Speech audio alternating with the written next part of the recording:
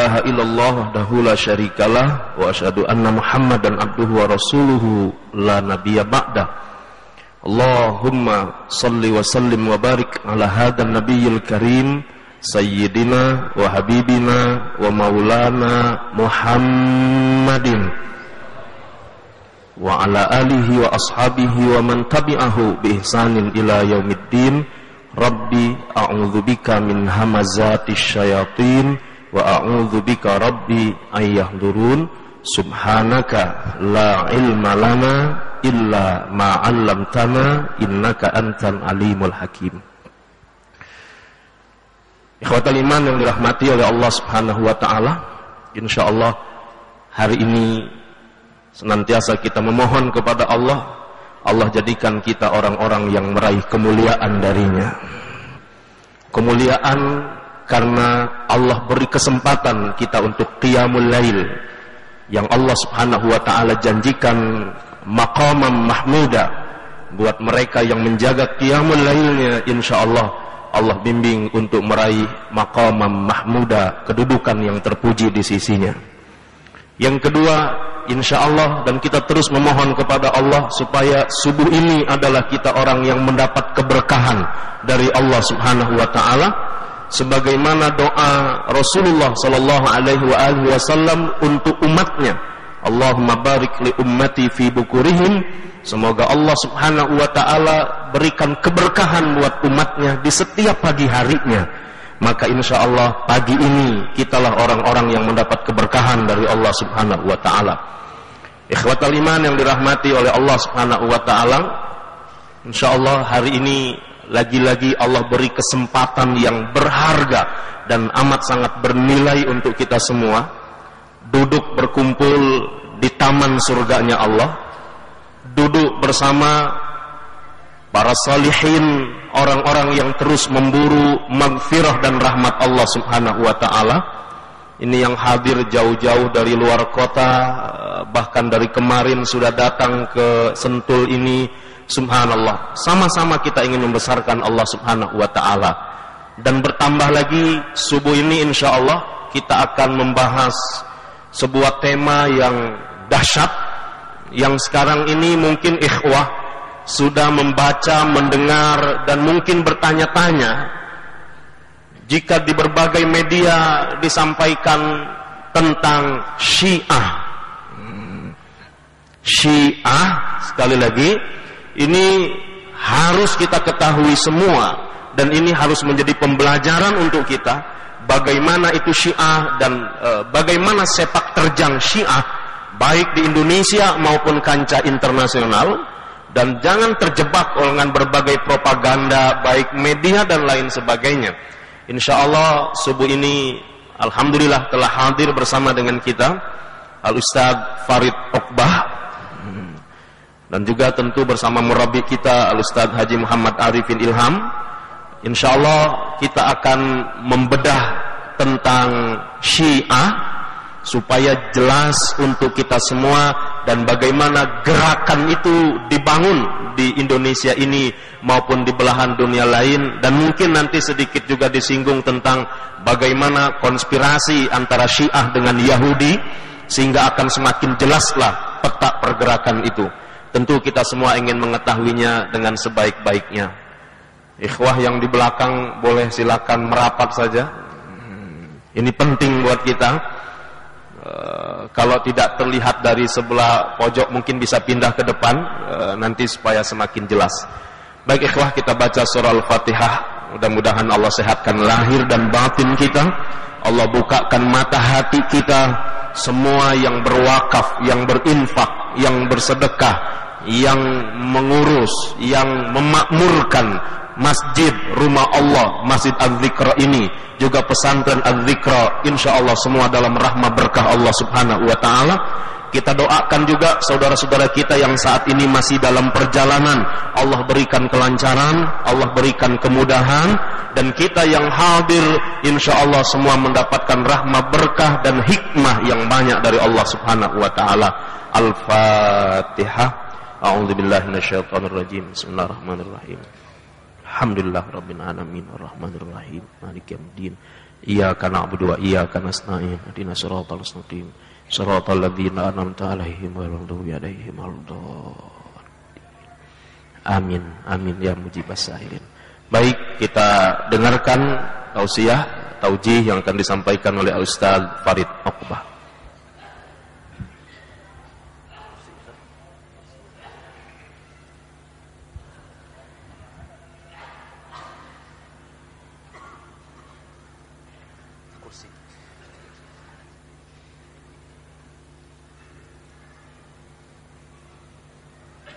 Insyaallah nanti ada buku menimbang ajaran Syiah 188 pertanyaan kritis. Buku ini tidak dijual, namun bagi ikhwah yang ingin memiliki silakan infak sebesar-besarnya. Untuk apa? Untuk diperbanyak lagi buku ini dan nantinya bisa dimiliki oleh ikhwah kita yang lain. Nanti yang mau berinfak silakan bisa mendapatkan buku menimbang ajaran Syiah 188 pertanyaan kritis. Baik. Bismillahirrahmanirrahim. Assalamualaikum warahmatullahi wabarakatuh. Alhamdulillahirabbil alamin. Wal 'aqibatu lil muttaqin wa la 'udwana illa 'alal zalimin. Wassalatu wassalamu ala asyrafil anbiya'i wal mursalin nabiyina Muhammadin wa ala alihi wa sahbihi ajma'in. Ya ayyuhalladzina amanu taqullaha haqqa tuqatih wa la tamutunna illa wa antum muslimun. Allahumma la sahla illa ma ja'altahu sahla wa anta taj'al hazna idza syi'ta sahla. Amma ba'd, yang kami hormati dan kami berharap kepada Allah Ta'ala untuk senantiasa diangkat derajatnya dan dimuliakan oleh Allah. Ustaz Arifin Ilham, Ustaz Syakur, para ulama, para asatid dan para hadirin semuanya yang dirahmati oleh Allah Subhanahu wa Ta'ala. Pada pagi hari ini insyaallah kita akan memaparkan tentang nomor dua. Bedah buku yang diminta kepada saya untuk disampaikan, yaitu judulnya Zionis dan Syiah bersatu menghantam Islam. Ya, Zionis dan Syiah bersatu menghantam Islam. Memang buku ini cukup tebal dan saya sendiri diminta memberikan pengantar di buku ini. Saya berikan pengantar kaitan apa antara Zionis dan Syiah ini, baik dari sisi sejarah, ajaran maupun gerakan politiknya. Karena itu ikhwan barakallahu fikum, kita yang harus menjadi sesuatu aksiomatik yang harus kita sadari. Firman Allah Subhanahu wa taala dalam surat Yunus ayat yang ke-32. A'udzubillahi minasyaitonir rajim. Fadzalikumullahu rabbukumul haqq. Famadza ba'dal haqqi illa dhalal fa anna tusrafun. Allah menyebutkan dalam ayat ini, dialah Allah Tuhan kalian yang maha benar. Daripadanya lah segala kebenaran. Maka siapa yang tidak di atas kebenaran itu, maka dia akan berada di atas kesesatan. Kemana kalian akan menuju? Karena itu Allah SWT menyebutkan hanya dua jalan. Di Al-Quran hanya ada dua ayat. Jalan yang pertama Allah sebutkan di dalam surat An-Nisa ayat 115. Dan ini pedoman bagi setiap orang mukmin agar jangan sampai menyelisihi ayat ini. Yang Allah SWT menyebutkan di dalam ayat itu, "Wa may yushaqiqir rasula min ba'di ma tabayyana lahul huda wa yattabi' ghaira sabilil mu'minin nuwallihi ma tawalla wa nuslihi jahannam wa sa'at masir." Allah menyebutkan dalam ayat ini, siapa yang menentang Rasulullah SAW setelah datang kejelasan kepadanya. Makanya kita berusaha untuk menegakkan sunnah, mengikuti sunnah. Makanya kita disebut dengan sunni, ahlus sunnah. Kenapa? Kita mengikuti perintah Allah ini. Jangan sekali-kali menentang hadis Rasulullah SAW. Jangan pernah sekali-kali menyalahi sunnah Rasulullah SAW. Karena itu Allah mengingatkan kepada kita, jangan sekali-kali kita menentang Rasulullah. Tidak cukup sebatas itu, Allah menyebutkan wa yattabi' ghaira sabilil mu'minin, dan mengikuti jalannya bukan jalannya orang mukmin. Al-Imam Syafi'i rahimahullah ditanya oleh seorang jamaah dalam pengajiannya, wahai imam, mana dalil Al-Quran yang mewajibkan kita mengikuti para sahabat? Imam Syafi'i sebagai seorang yang alim tidak hanya sebatas menjawab, tetapi jawaban itu harus ada landasannya. Beliau kemudian terdiam, kemudian minta sama jamaah untuk 3 hari ke depan libur pengajian, saya akan mencari jawaban orang ini, pertanyaan orang ini.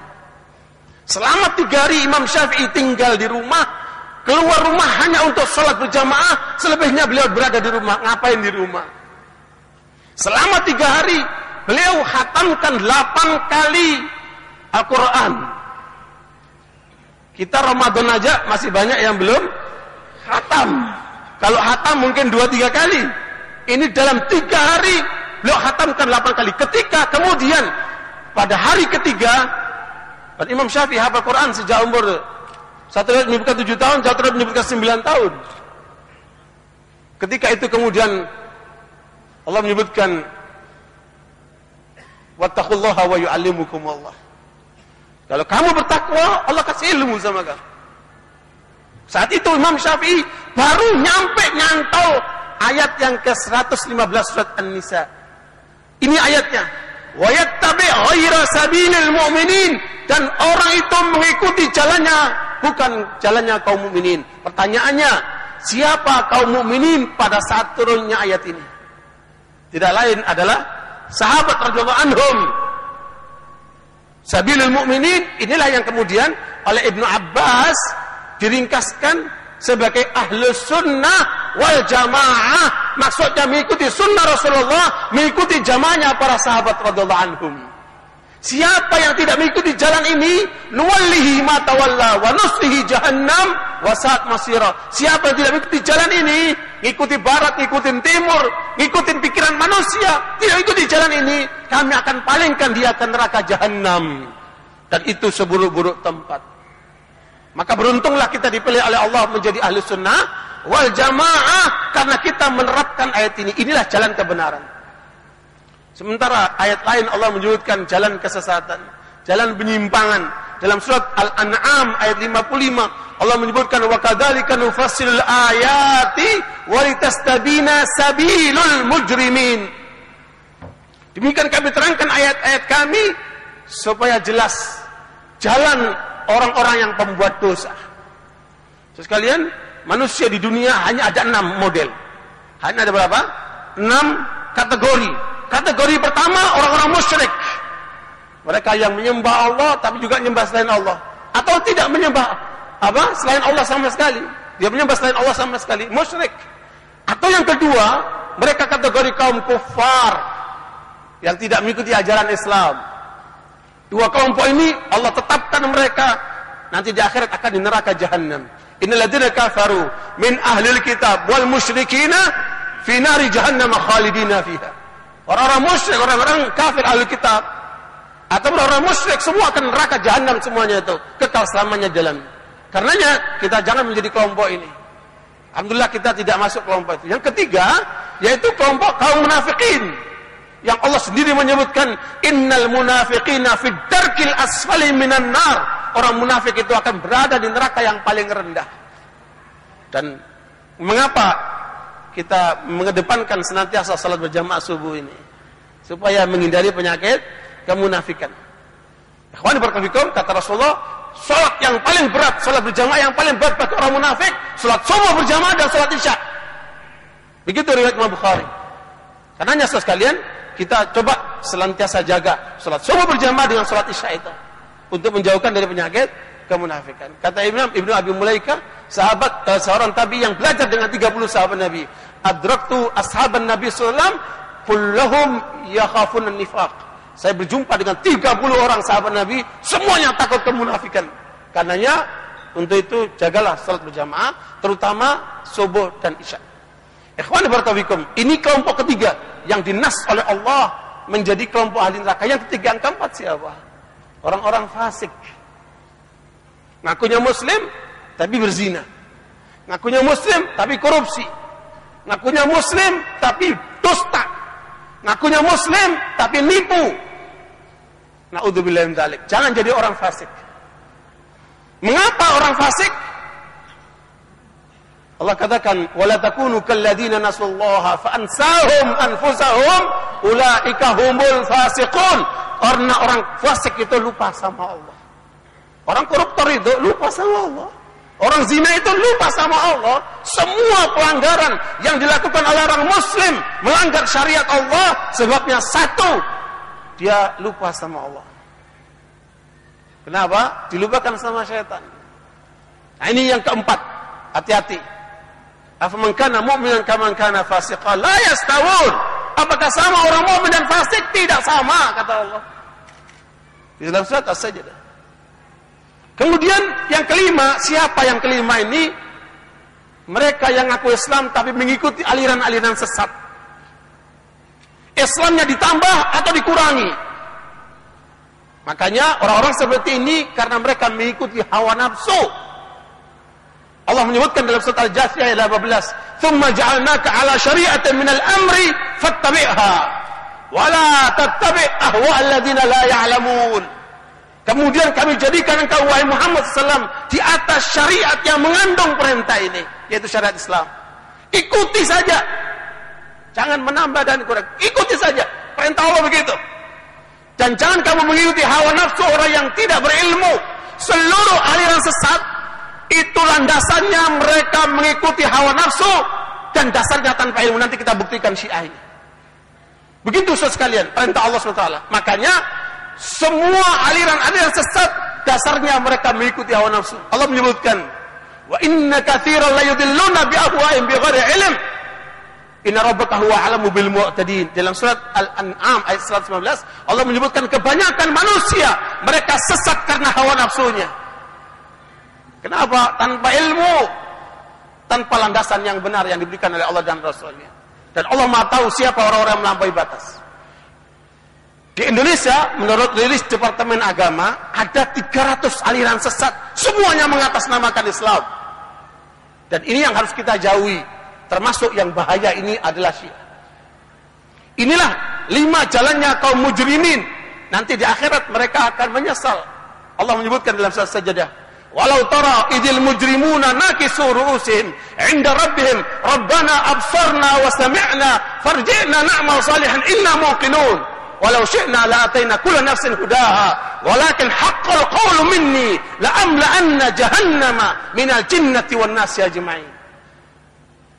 Nanti orang-orang pembuat dosa, 5 kategori pembuat dosa ini akan menyesal nanti di hadapan Allah. Mereka tertunduk.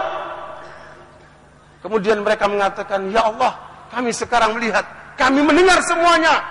Kembalikan kami ke dunia untuk mau beramal. Tidak ada waktu lagi, sudah selesai.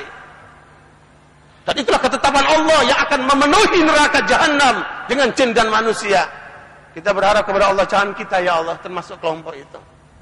Ikhwan barakallahu, makanya jangan lupa Bapak Ibu sekalian, hidup kita yang terpenting bukan uang. Hidup kita yang penting bukan rumah. Hidup kita yang penting bukan istri, bukan anak, tetapi yang terpenting adalah kebenaran agama yang kita pegang ini. Karena itu para ulama menyebutkan kebenaran agama yang harus kita pegangi lebih penting daripada oksigen yang kita hirup. Lebih penting dari air yang kita minum. Kalau tidak oksigen, dapat oksigen, tidak dapat air, maksimal kita mati. Tetapi kalau kita tidak mendapatkan kebenaran, kita akan rusak sekalian. Hancur, dunia hancur akhirat. Maka benar apa yang sudah dibawa oleh Ustaz Arifin, dibawa manusia kepada Allah. Pusatnya ada di masjid-masjid. Makanya sebaik-baik tempat di dunia kata Rasulullah apa? Masjid. Seburuk-buruk tempat apa? Pasar. Makanya ibu-ibu kalau ke pasar cepat selesai balik. Jangan lama-lama. Oke, kita lihat sekarang tentang 2 hal. Mujrimin perusak dari dalam, di antaranya Syiah ini, dan mujrimin dari luar yang paling dahsyat, di antaranya sahabat kaum Yahudi. Saya akan bicara tentang masalah Syiah dulu. Dan saya tidak bicara Syiah yang ada di luar negeri, karena nanti dianggap kita ngada-ngada. Ya, saya punya banyak sumbernya bahwa Syiah yang ada di luar negeri, terutama di Iran, itulah yang dihadirkan ke Indonesia. Tidak ada yang lain. Kalau ada orang mengatakan di Indonesia ada Syiah moderat, itu orang tidak mengerti tentang Syiah yang ada di Indonesia. Syiah yang ada di Indonesia cuma satu, Syiah Rafidah, Syiah Imamiyah, Itsna Asyariyah, Ja'fariyah. Syiah yang mengaku 12 imam. Ini buku asli yang mereka keluarkan. Ini adalah buku asli dikeluarkan oleh lembaga Syiah namanya Ijabi, Ikatan Jamaah Ahlul Bait Indonesia. Buku aslinya ini. Dan mereka diakui oleh pemerintah. Dalam hal ini Departemen Dalam Negeri tahun 2000 resmi tercatat di Departemen Dalam Negeri untuk bergerak sesuai dengan ajarannya. Kemudian mereka keluarkan buku ini. Nanti kita lihat apa isinya. Tahun 2011 tidak cukup mereka punya satu ormas. Mereka mendirikan ormas yang kedua, namanya ABI, Ahlul Bait Indonesia. Mereka keluarkan buku asli ini sebagai penjelasan buku putih mazhab Syiah. Apa isinya ini? Kalau kita bicara tentang Syiah yang ada di Iran, lebih dahsyat lagi. Karena kita punya sumber-sumbernya dari 3 sumber. Sumber yang pertama dari kitab-kitab asli ulama-ulama Syiah. Maksudnya rujukan kitab-kitab Syiah itu ada 4 utamanya. Ada Al-Usul Minal Kafi, karangan Al-Kulaini. Ada Man La Yahdurul Faqih, karangan Ibnu Babawi Al-Qummi. Yang ketiga adalah Tahdzibul Ahkam, karangan At-Tusi. Dan yang keempat adalah Al-Istibsar, karangan At-Tusi. Semuanya orang Iran. Tidak ada satu pun orang Arab. Tidak ada satu pun orang lain, semuanya orang Iran. Ada apa dengan Syiah ini? Selalu kaitannya dengan orang Parsi. Ikhwani barakallahu, kita punya kitab aslinya ini untuk kita pelajari dari sumbernya langsung, sehingga kita tidak dianggap mengada-ngada. Kita mau objektif. Tidak boleh kita berbicara tanpa ilmu atau menambah-nambahi apa yang sudah ada. Apa adanya kita sampaikan. Yang kedua, sumber ulama-ulama Syiah yang besar yang kemudian mereka sadar masuk Sunni. Dan ini cukup banyak sekalian. Dan ini yang kemudian tidak banyak diketahui oleh orang. Di Iran itu ada seorang Ayatollah Uzma setingkat Khomeini. Ya, menurut Dr. Ali Salus, dari 40 Ayatollah di Iran, itu yang menjadi Ayatollah Uzma cuma 5. Ini penelitian Dr. Ali Salus, ahli Syiah, yang kemudian meneliti yang ada di Iran itu. 5 orang ini diantaranya ada seorang namanya Abul Fadl Al-Burqi. Ulama besar Syiah, sadar atas kesesatan Syiah, dan karangannya banyak sekali. Kemudian dia keluar dari Syiah, membongkar ajaran Syiah. Kita punya kitabnya. Kitab yang terpenting dikarang oleh beliau namanya Kasrus Sonam, menghancurkan berhala. Diungkapkan betapa sesatnya Syiah itu, kesalahan-kesalahan dan sebagainya. Ini sumber kedua yang bisa kita ambil karena mereka mantan, dan yang lainnya cukup banyak. Ada Murtada Rodamhar, ada yang lainnya. Kemudian yang ketiga, dari ulama-ulama kita yang Sunni tinggal berinteraksi langsung di tengah-tengah orang Syiah. Mereka paham betul karena mereka diskusi, mereka menggali, mereka hidup bersama mereka, tahu betul. Dari mereka kita dapatkan 3 sumber ini. Ikhwani barakallahu fikum, kalau Anda tadi melihat buku yang terkait dengan ukuran nama Zionis dan Syiah, mereka bersatu menghantam Islam, ini bukan omong kosong. Karena Syiah itu sendiri yang dirikan orang Yahudi. Dan itu tidak bisa mereka pungkiri. Pendiri Yahudi, Syiah ini siapa namanya? Abdullah bin Saba. Abdullah bin Saba ini seorang Yahudi dari Yaman, pura-pura masuk Islam. Dialah orang yang pertama kali mencetuskan ajaran Syiah itu. Karena itu sekalian, ada seorang ulama Syiah namanya Murtada Al-Askari mencoba untuk mengungkap, karena Syiah ini terus dipojokkan, karena memang sumbernya Syiah dari Yahudi. Dia mencoba mengatakan, ya Abdullah bin Saba itu fiktif, tidak ada, omong kosong. Tetapi yang diteliti oleh dia cuman dari jalur Syekh bin Umar yang ada di dalam Tarikh Umar wal Muluk karangan Imam At-Tabari. Tetapi sumber-sumber lain enggak diteliti sama dia, termasuk sumber Syiah. Akhirnya ada ulama dari Kuwait, dia bongkar tentang hakikat Abdullah bin Saba dari sumber-sumber Syiah. Dan mereka tidak bisa menjawab karena memang ada dalam kitab-kitab mereka, disampaikan oleh imam-imam mereka yang mereka akui sebagai maksum itu, bahwa Abdullah bin Saba memang ada dalam sejarah dan dialah yang menciptakan ajaran Syiah ini. Makanya tidak heran kalau ajaran Syiah mirip dengan ajaran Yahudi. Ini penelitian Dr. Sa'ad Al-Mubarak Al-Hasan Muhammad, Usul Diyanah Yahudiyah wa Furu'uha wa Daruha fi Takwin Aqaid Rafidah. Jadi dia teliti tentang apa kaitan gerakan Yahudi dalam menciptakan ajaran Syiah. Ini ada buktinya, ini dibukukan. Ya, makanya kita bicara selalu dengan bukti. Ikhwani barakallahu, ini adalah satu gerakan yang ternyata pembentukannya dilakukan oleh pihak Yahudi. Awalnya gerakan politik sampai kemudian menjadi ajaran aliran sesat yang sekarang diajarkan oleh pihak Syiah. Makanya coba perhatikan. Ya, kita dapatkan dari riwayat para salafus saleh bahwa yang paling dibenci ajaran Islam oleh Yahudi itu apa? Tahu apa? Assalamualaikum warahmatullahi wabarakatuh dan ucapan amin. Ini dua ajaran yang paling dibenci oleh Yahudi. Makanya sebarkan salam. Dan apa?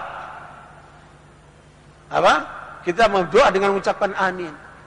Lihat nanti orang Syiah ketika mereka salat. Mereka kalau salat Allahu Akbar, tidak bersedekap. Ditanya-nanya orang Syiah. Kemudian kalau mengatakan waladhdallin, dia tidak akan mengatakan amin. Mengapa? Dalam buku 5 Madzhab dalam bahasa Indonesia yang ditulis oleh Jawad Mughniyah, ya, dikatakan di situ bahwa menurut keyakinan Syiah Imamiyah, Syiah yang berkembang di Indonesia yang tadi saya sebutkan ormasnya, itu meyakini siapa yang sholat dan pada saat membaca Al-Fatihah membaca amin, maka batal sholatnya. Nah, ini ajaran Syiah ini. Nanti kita lihat film cuplikan kegiatan Syiah di Indonesia supaya tahu kita melihat nyatanya. Sehingga kemudian kita tidak tertipu dengan mereka. Ala kulli hal. Saya dia berpanjang kata, kita lihat sekarang apa bedanya Syiah dengan kita ini. Sekalian, ini adalah buku asli yang tadi saya sebutkan. Kita mengatakan Syiah ini ajaran Yahudi mengatasnamakan Islam dan isinya semuanya karangan. Isinya semuanya apa? Karangan. Saya mau tanya, Bapak Ibu, rukun imannya ada berapa? Ada 6. Syiah rukun imannya cuma 5. Rukun iman kita ambil dari mana? Dari mana kita ambil rukun iman kita? Dari Rasulullah SAW. Ketika Rasulullah ditanya oleh malaikat Jibril di depan para sahabat, mal iman? Rasul menjawab, antumina billahi wa malaikatihi wa kutubihi wa rusulihi wal yaumil akhir wa bil qadari khairihi wa syarrihi. Rukun iman kita ambil dari mana? Dari Rasulullah SAW. Begitu pula rukun Islam. Rukun Islam kita ada berapa?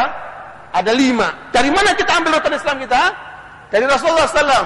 Makanya kita disebut ahlu sunnah. Karena selalu mengambil dari Rasulullah SAW, dari sunnah Rasulullah.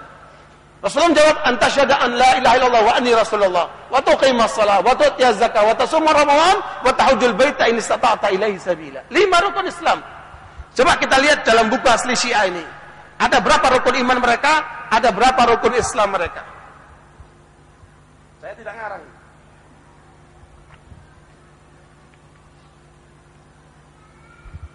Lihat ini. Rukun iman mereka ada 5. Dan rukun Islamnya ada berapa ini? Nih, ada berapa itu? 11. Ada berapa? 11 rukun Islamnya.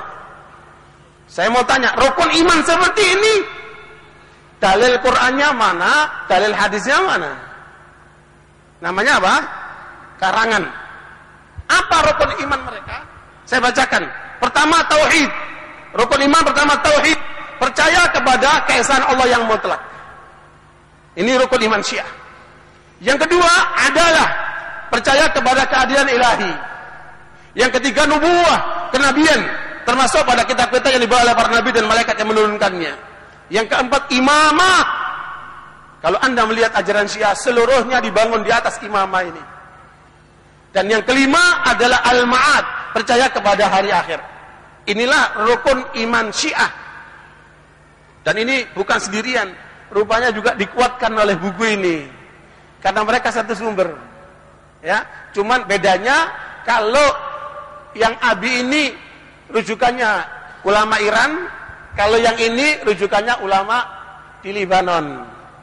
Ya, marja'nya Libanon, kalau ini marja'nya Iran.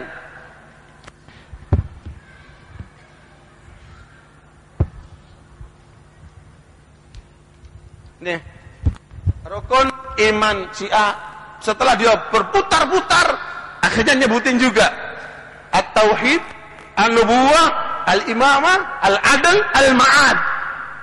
5 rukun iman. Karena sumbernya sama, isinya pun sama, seperti itu. Kalau saja rukun iman, rukun Islam, mereka ngarang.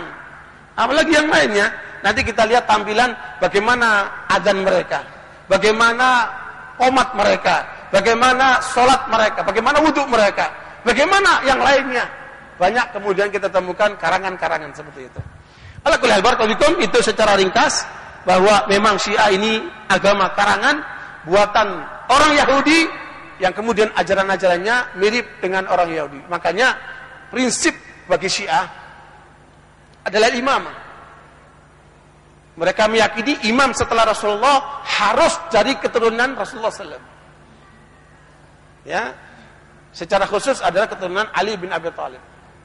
Sebenarnya apa? Rasulullah SAW tidak punya anak laki yang hidup sampai dewasa, tetapi yang ada adalah Fatimah, di antaranya ada Zainab, ada Ruqayyah atau Ummu Kulthum, sama Ruqayyah yang kemudian dinikahi oleh siapa? Utsman bin Affan radhiyallahu anhu.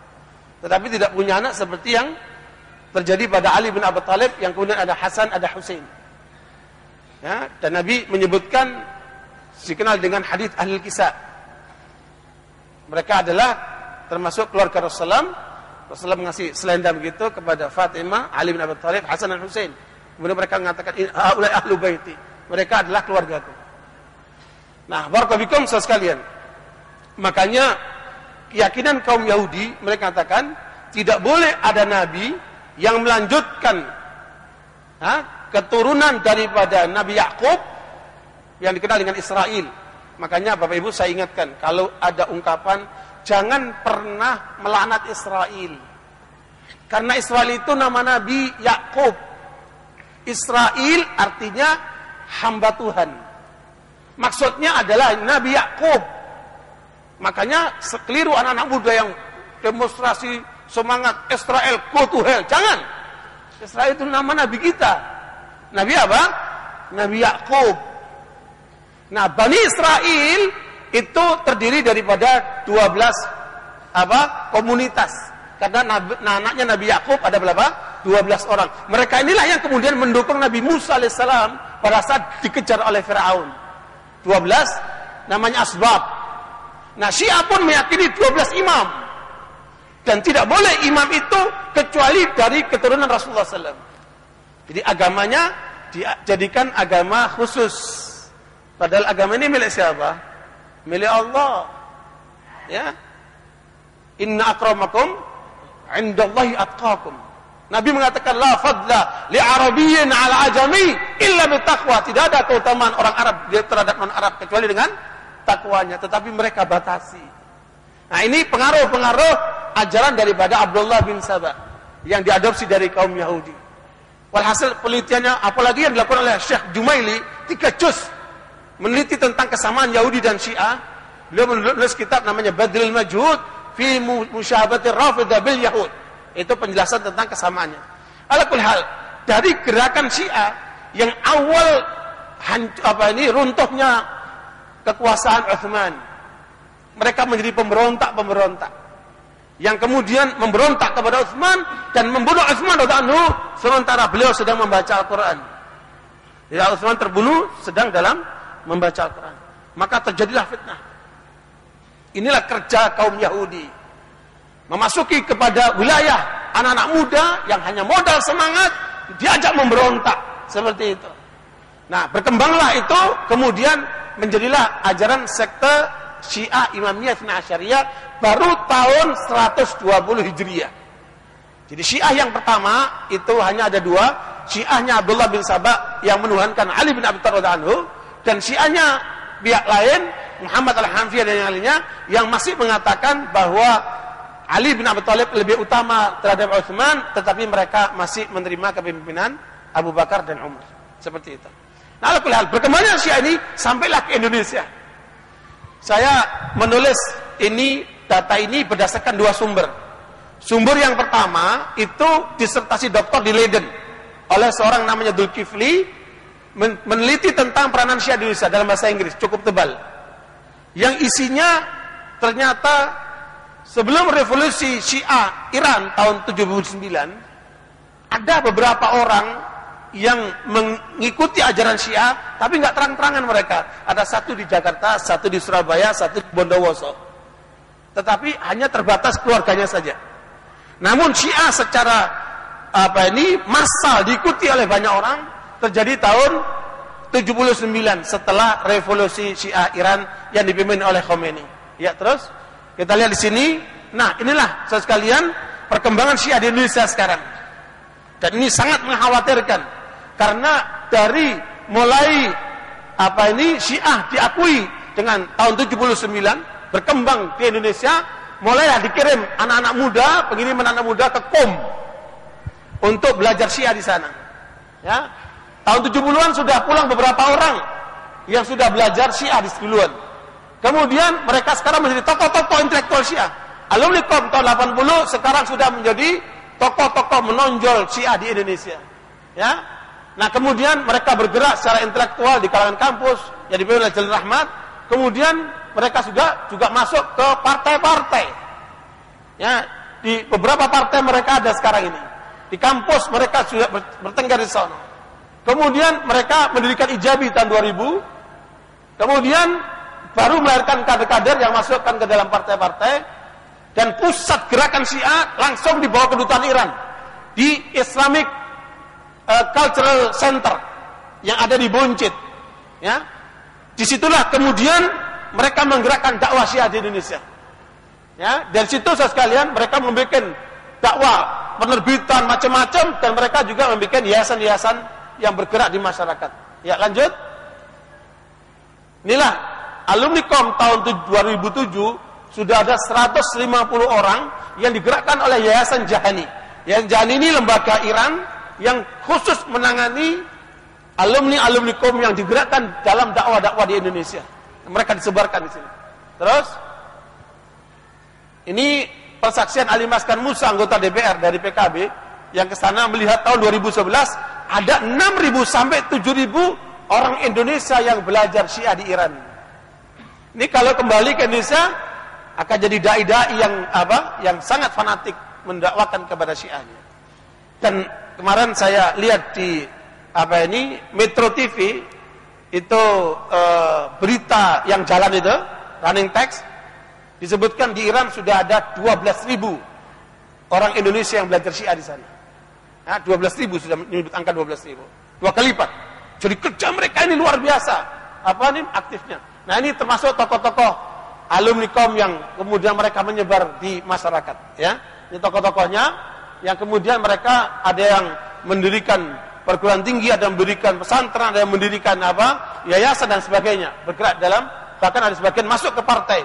Termasuk di antara Dr. Khalid Al-Walid ini masuk di MUI. Ya, ditarik oleh Profesor Dr. Umar Syihab menjadi wakilnya dalam bidang ukhuwah. Makanya sekarang dia datang ke daerah-daerah atas nama MUI, padahal orang Syiah. Coba itu kan, bagaimana mereka pandainya menyusup. Dan Jalil Rahmat telah melakukan kerjasama dengan Dewan Masjid Indonesia melalui oknumnya di sana membuat suatu lembaga yang kemudian mereka sebut sebagai gabungan antara Syiah dan Sunnah, ya, gabungan antara Syiah dan Sunnah yang kemudian diresmikan sebagai satu kerjasama. Tapi kemudian ketua DMI waktu itu Pak yang meninggal barusan, Pak Tarmidi Thohir, mengingkari itu bahwa DMI tidak pernah mengerjakan kerjasama dengan pihak Syiah. Begitulah cara mereka untuk masuk ke semua lini. Oke. Kemudian kita lihat lanjutan komunitas Syiah. Ini ada 4 komunitas, ini laporan intelijen. Ya, ini sumber yang kedua laporan intelijen, yaitu ada kelompok Habaib dan Alawiyyin. Ini ada sebagian tokoh dari kalangan Habaib, tapi menyuarakan Syiah. Nah, ini yang kemudian ditangkal oleh Habaib yang non Syiah. Di Surabaya terbentuk Yayasan Al-Bayyinat, yang itu kelompok Habaib tetapi mereka bukan Syiah. Sehingga kemudian mereka menangkal Syiah dari kalangan Habaib sendiri. Nah, ini masalah ini. Kemudian kelompok kampus cukup banyak, termasuk di Depok itu ada Madinatul Ilm, itu satu lembaga untuk mengkader para mahasiswa dan mahasiswi, tinggal di situ mereka. Ya, kemudian dididik dengan pola Syiah, dan di tempat itulah diadakan pertemuan dai seluruh Indonesia. Di mana? Di Madinatul Ilm yang ada di Depok. Ya. Kemudian Santi pesantren, mereka bikin banyak pesantren. Yang paling aktif itu yang ada di Pekalongan namanya Hadi, dan Yapi yang ada di Bangil, sangat aktif sekali. Bahkan mereka sekarang sudah membuat hauzah ilmiah, pendidikan khusus untuk para dai dan kader ulama, khusus untuk Syiah, mereka sudah bikin. Ya, kemudian kelompok-kelompok diskusi cukup banyak di masyarakat, mereka bikin hal-hal semacam ini. Oke, kemudian ini jejaring-jaring sosial. Lihat ini, anak-anak muda, ya baik di Facebook, di Twitter, mereka sudah berani mencaci maki sahabat. Siapa yang ngajari mereka ini? Kalau bukan Syiah. Karena Syiah itu kecenderungannya mereka itu mencela sahabat, menyerang sahabat, melaknat sahabat. Nah, inilah model anak-anak muda yang sudah berani untuk kemudian hanya orang berilmu yang dapat melaknat keduanya. Subhanallah, naudzubillah min dzalik. Melaknat Abu Bakar Umar. Ini anak muda di Facebook, kita kumpulkan cukup banyak data dari anak-anak muda yang seperti ini. Pertanyaannya, siapa yang mengajari mereka? Inilah orang-orang Syiah, karena mereka cenderung untuk mengarah ke arah itu. Oke. Kemudian lanjut. Nah, ini persaingan antar mereka. Ya, baik itu Ijabi maupun Abi, mereka ada saing-saingan juga. Ya, karena mereka mengambil 20% dari setiap anggota Syiah. Warga Syiah kalau masuk Syiah, ikut di dalam aktivitas Syiah, dia harus menyerahkan 20% dari penghasilannya. Namanya khumus. Ya, kita ini umat Islam ahli sunnah diperintahkan oleh Rasulullah hanya 2,5% bagi mereka yang memenuhi nisabnya. 2,5%, itu pun banyak nggak bayar. Di Indonesia potensi zakat kata Basnas ada 217 triliun. Baru kemarin, Ramadan kemarin bisa hanya mengumpulkan cuma 3 triliun. Jadi ternyata banyak umat Islam yang belum membayar zakatnya, seperti itu. Sementara mereka meskipun nyimpang tapi mereka semangat membayar meskipun harus 20%. Ya, namanya khumus. Ya. Ya, mereka beda marja ya. Kalau tadi Ijabi marjaknya Iran, Libanon, sementara Abi marjaknya Iran. Kemudian faktor alma mater dan sebagainya. Ada persaingan di antara mereka. Kemudian ini sebentar, itu sebentar tadi. Ini ini poros-poros kegiatan yang sebelumnya. Poros kegiatan terus sebelumnya. Nah, ini penyebaran Syiah, dan lihat poros pertama, poros Jakarta dulu. Sebelumnya. Ya, jazakallahu khair. Ya, ini poros Jakarta. Ini Madinatul Ilm yang di Depok, kemudian Lazwadi, pendidikan yang digagas oleh siapa namanya? Haidar Bagir. Kemudian IPABI, Ikatan Pemuda Ahlul Bait Indonesia, di bawah Ijabi. Kemudian Yayasan Fatimah yang ada di Condet. Gerakannya luar biasa. Dan yang lain-lainnya, cukup banyak mereka bergerak di masyarakat, tapi dikendalikan oleh Islamic Cultural Center yang di bawah kedutaan Iran, yang ada di Buncit, dekat dengan Republika. Ini adalah pusat gerakan Syiah dari sana itu. Ya, makanya kalau ingin menuntut Syiah dibubarkan atau Syiah ditutup, tutup ini dulu. Iran ini harus diusir dulu. Seperti yang dilakukan oleh masyarakat di Maroko. Jadi masyarakat Maroko itu melakukan langkah yang bagus sekali. Apa? Kesepakatan seluruh khotib dan dai seluruh Maroko setiap Jumat membahas tentang bahaya Syiah dalam 1 bulan. Semua khotib bicara tentang bahaya Syiah, bahaya Syiah, bahaya Syiah. Dalam 1 bulan mereka kemudian mendesak pemerintah, akhirnya ditutup itu semua kegiatan Syiah.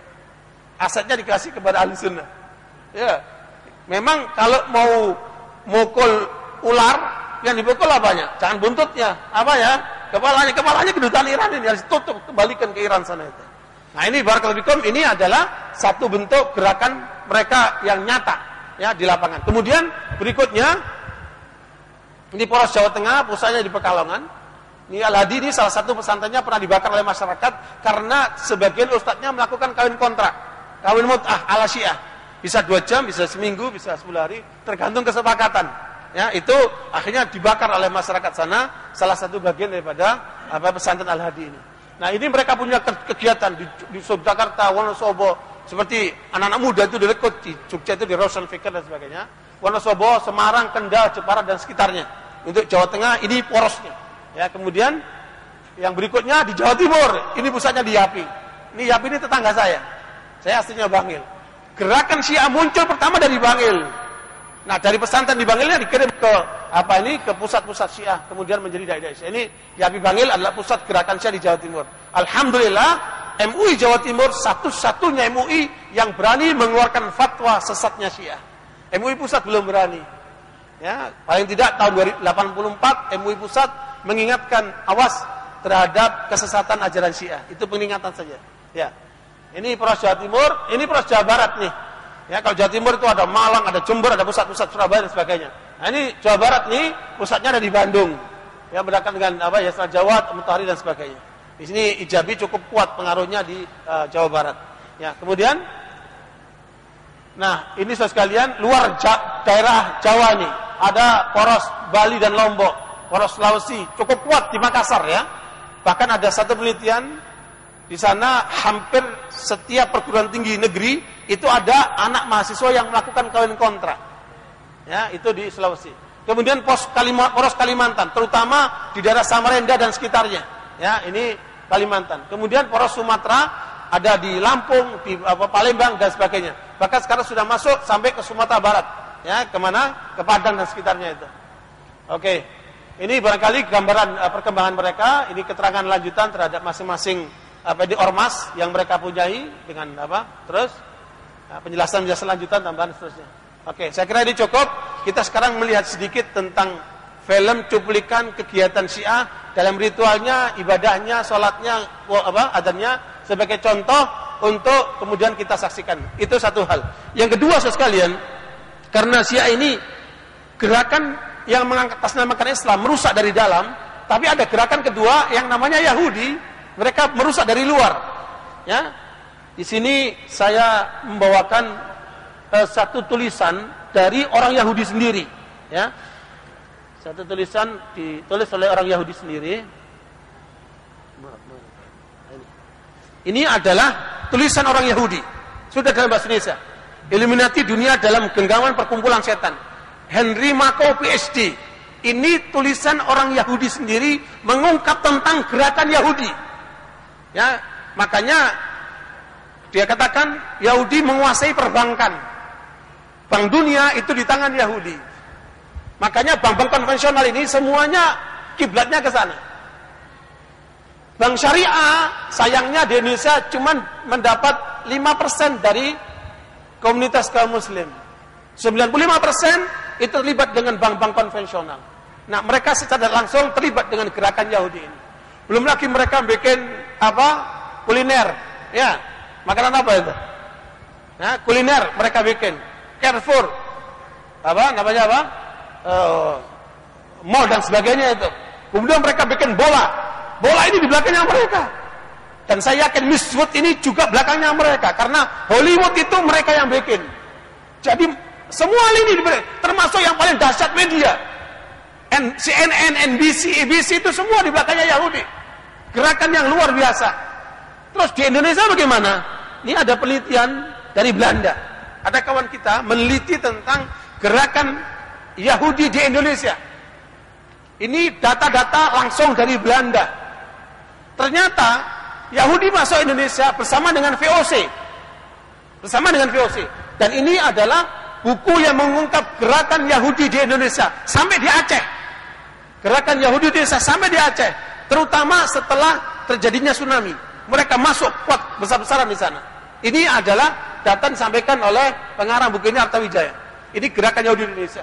Karena itu ya Barakallahu, apa yang terjadi dari gerakan Yahudi ini, bahwa pusat Yahudi di Indonesia itu akhirnya dilarang oleh Pak Karno tahun 1962. Mungkin Bapak Ibu akan kaget, di mana pusat gerakan Syiah Indonesia? Nah, di mana? Di Pondok Gede. Tahu Pondok Gede kan?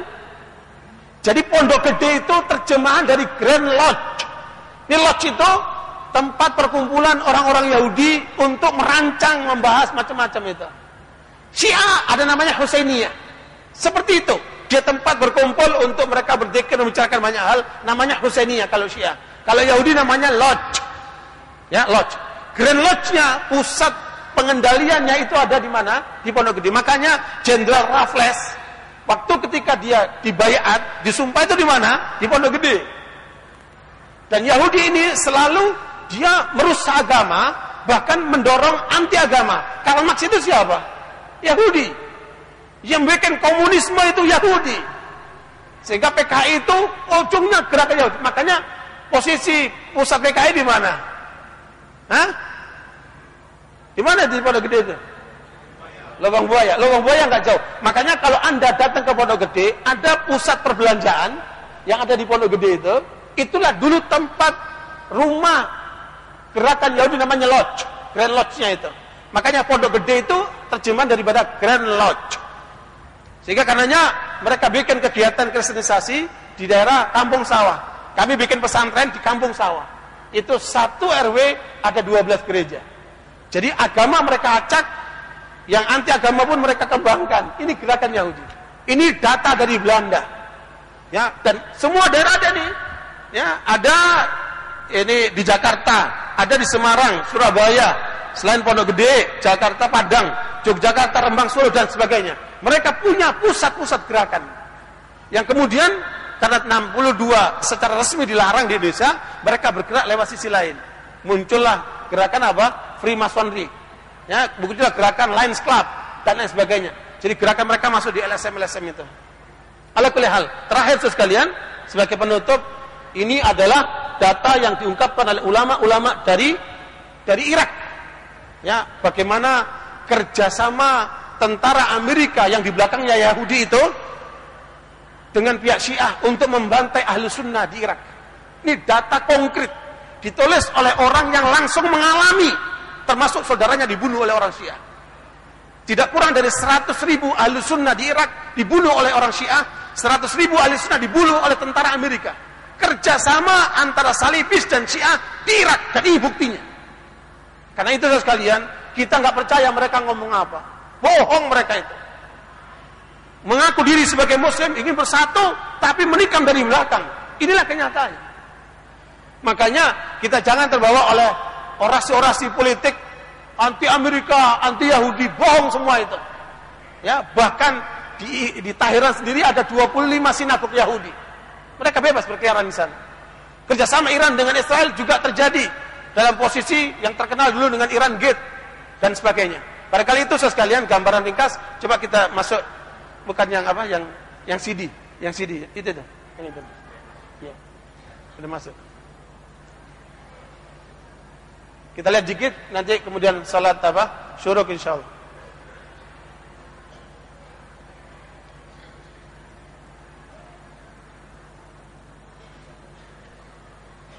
Ya.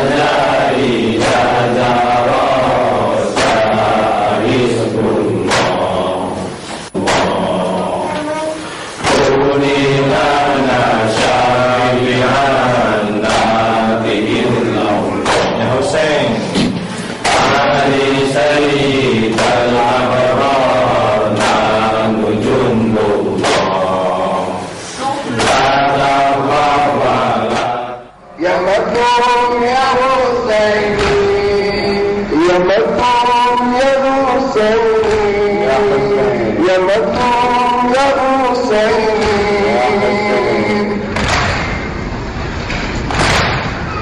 jiwa yang terbungkus antara lahir dan wujud berdurjana Karbala saksi duka lara terpuruknya norma manusia.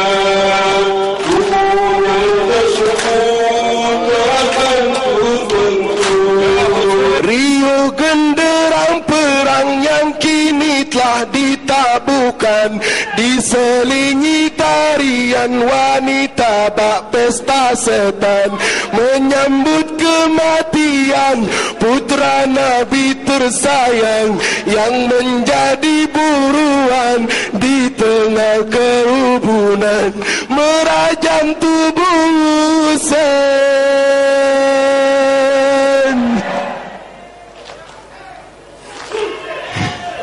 merajam tubuh Husain, menyayat tubuh Husain, mengoyak tubuh Husain.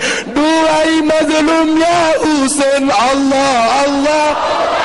Ya Zahra, ya Zahra, ya Zahra, ya Zahra, semuanya. Ya Zahra, sirin yansuruni.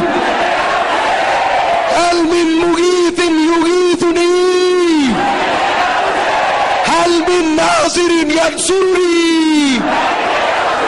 Hal min mughithin yughithuni.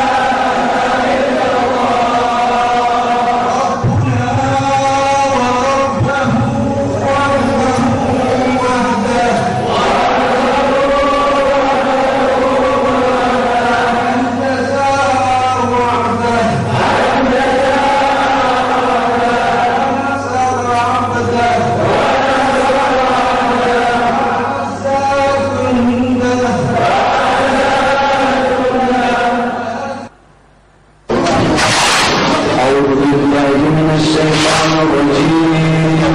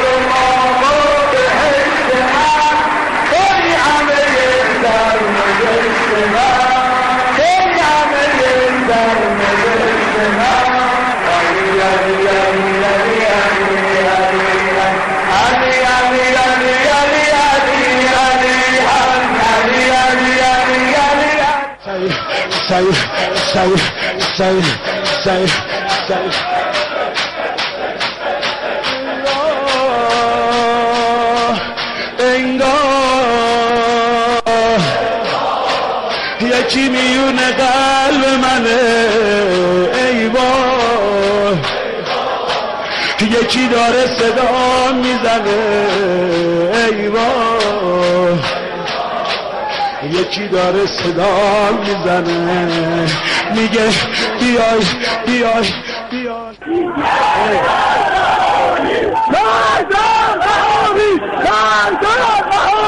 Ini musibah yang dibunuh di Iran dengan cara digantung seperti ini dengan tujuan mereka Wahabi. Jadi kalau Sunni yang tidak sesuai dengan Syiah mereka bilang Wahabi.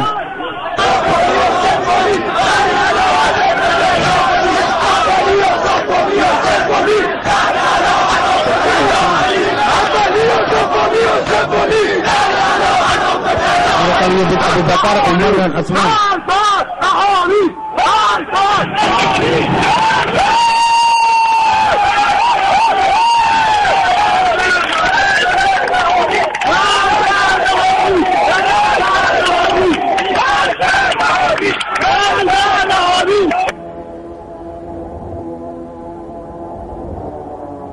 Di tempat Abu Lulu'ah pembunuh Utsman, kuburannya di Iran dikunjungi oleh mereka dan mereka berdoa supaya dikumpulkan di akhirat dengan Abu Lulu'ah.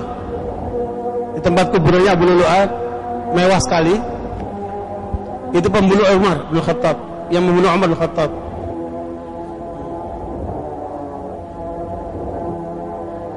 اللهم احشرني مع أبو لؤلؤة، اللهم اغفر لأبو لؤلؤة، اللهم احشرني مع أبو لؤلؤة. إخواني أمنوا أمنوا أمنوا إخواني، اللهم احشرني مع أبو لؤلؤة المؤمن الولي وليك يا الله.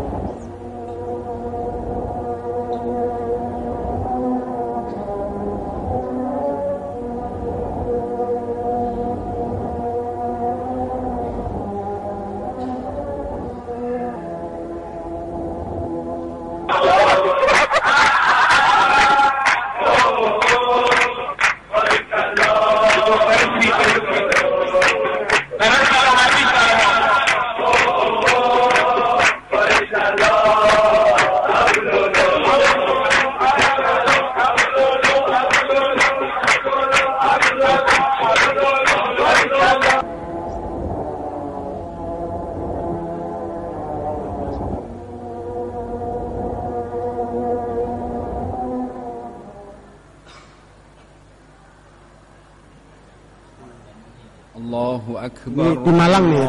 Ini pihak Syiah sendiri yang merekam untuk jamaahnya. Ya, dilaksanakan di Malang. Asyhadu an la ilaha illallah أشهد أن لا إله إلا الله أشهد أن محمدا رسول الله أشهد أن محمدا رسول الله أشهد أن عليا ولي الله أشهد أن عليا حجة الله حي على الصلاة حي على الصلاة حي على الفلاح حي على الفلاح حي على خير العمل حي على خير العمل الله أكبر الله أكبر لا إله إلا الله لا إله إلا الله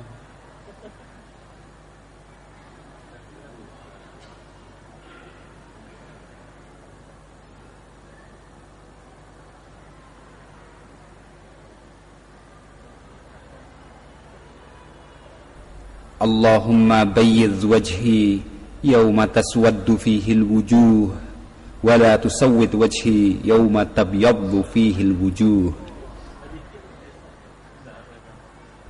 اللهم أعطني كتابي بيميني والخلد في الجنان بيساري وحاسبني حسابا يسيرا اللهم لا تعطني كتابي بشمالي ولا من وراء ظهري ولا تجعلها مغلولة إلى عنقي وأعوذ بك من مقطعات النيران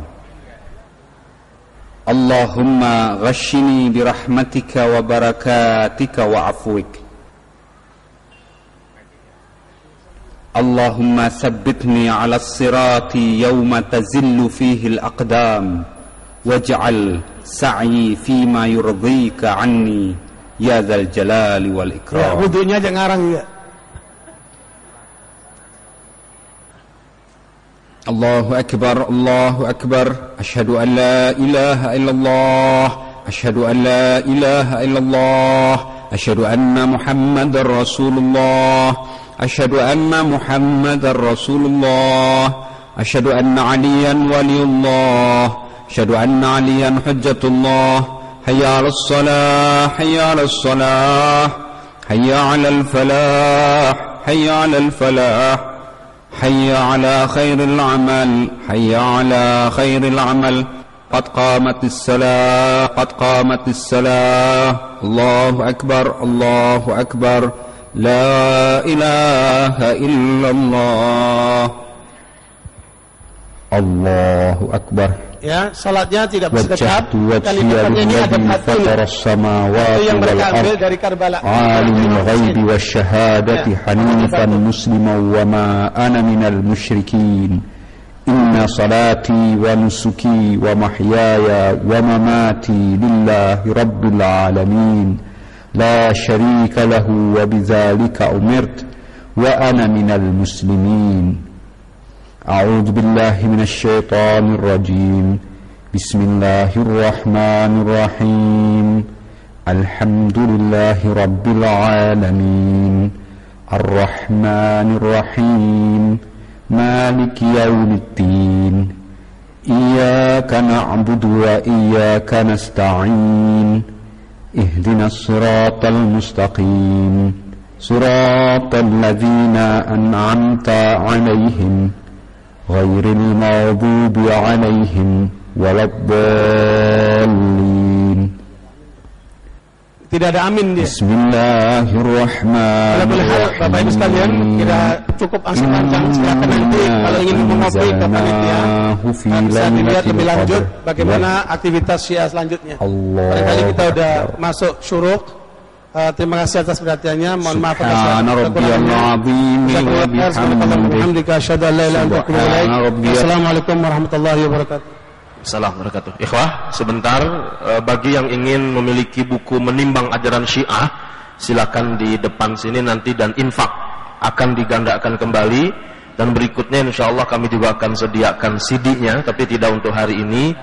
Dan ini harapan kami ikhwah, kita ingin punya screen yang lebih besar yang bisa diletakkan di depan, kanan, kiri dan juga atas untuk akhwat. Oleh karena itu bagi ikhwah yang barangkali berminat berwakaf atau berinfak, menyediakan screen yang lebih besar sehingga bisa dilihat oleh banyak orang, insya Allah kami pengurus Masjid Adz-Dzikra ini siap untuk menampungnya. Dan juga hal-hal lain, jika ikhwah ingin berinfak dan kemanfaatan untuk lebih besar, insya Allah silakan hubungi kami di Masjid Adz-Dzikra ini. Jazakumullah khairul jaza. Insya Allah bulan depan kita akan lanjutkan pembahasan tentang Syiah ini. Assalamualaikum warahmatullahi wabarakatuh. Dan satu lagi, maaf, ada buku di bawah, buku tentang Zionis dan Syiah, pergerakannya ada di bawah, silakan ikhwah bisa mendapatkannya.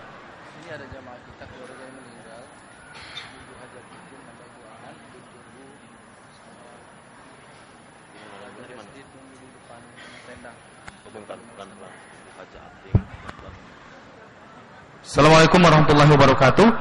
Pengumuman kepada Ibu Aan dan Haja Titin dari Ciamis, ditunggu oleh keluarganya di depan tenda di bawah berkaitan dengan keluarganya meninggal dunia pagi ini.